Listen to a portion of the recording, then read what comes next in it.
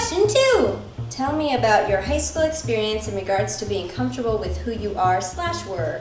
Oh, I was a damn hot mess in that department, but who wasn't? I wasn't rich enough, my boobs weren't big enough, my shirt didn't say the right thing on it. I was awkward and I was nervous, and I would constantly embarrass myself because I was so worried about embarrassing myself. And that's kind of the funny thing about it. The more you pay attention to worrying about embarrassing yourself, the more often you probably will embarrass yourself because you're so concentrated on it. I had a really hard time calming down and just being okay with who I was, and I definitely did not accomplish that while I was in high school. I feel like I was receiving all of these messages from everywhere I looked telling me I'm not good enough, I'm not like everyone else, I don't fit in.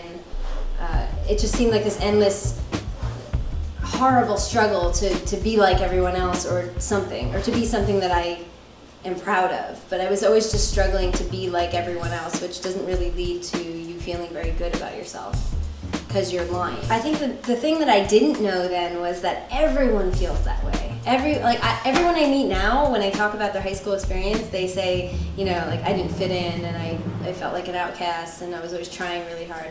If everyone was trying really hard, then who wasn't trying hard? It looked like other people weren't trying very hard, but I'm pretty sure everyone was. In the town that I grew up in, wealth was sort of a focus, at least for people who weren't wealthy. It seemed like a focus, and I wasn't wealthy the way a lot of people in my town were, so people could afford clothes I couldn't afford, people had nice cars, they had big houses, I had a ranch house. Everything just was like, everyone else is better than you. That was the message I was constantly getting from it. But again, the key thing is everyone else also felt the same way, and really that's why teenagers are so angsty. I mean, wouldn't you be angsty if you constantly felt like you're being bombarded with all of these new ideas that you can't grasp and all of these people that seem to be okay and you're definitely not, and you don't know why you're not, and no one can explain to you why you're not? You're just like, oh, that's just the way it is, that's just growing up. It's like, ugh. And it's just impossible to realize that anything that you have, there's someone out there who's jealous of you. There's someone out there who sees what you have and thinks it's great.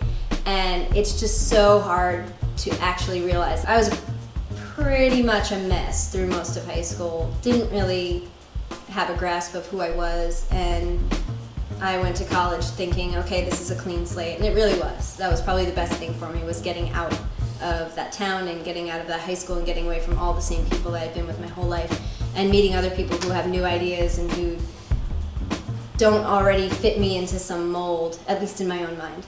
Because no one was really fitting me into a mold, I just thought people were. Because my family, we didn't have like excessive amounts of money, and there's 4 kids in my family, so we never went on vacation, ever.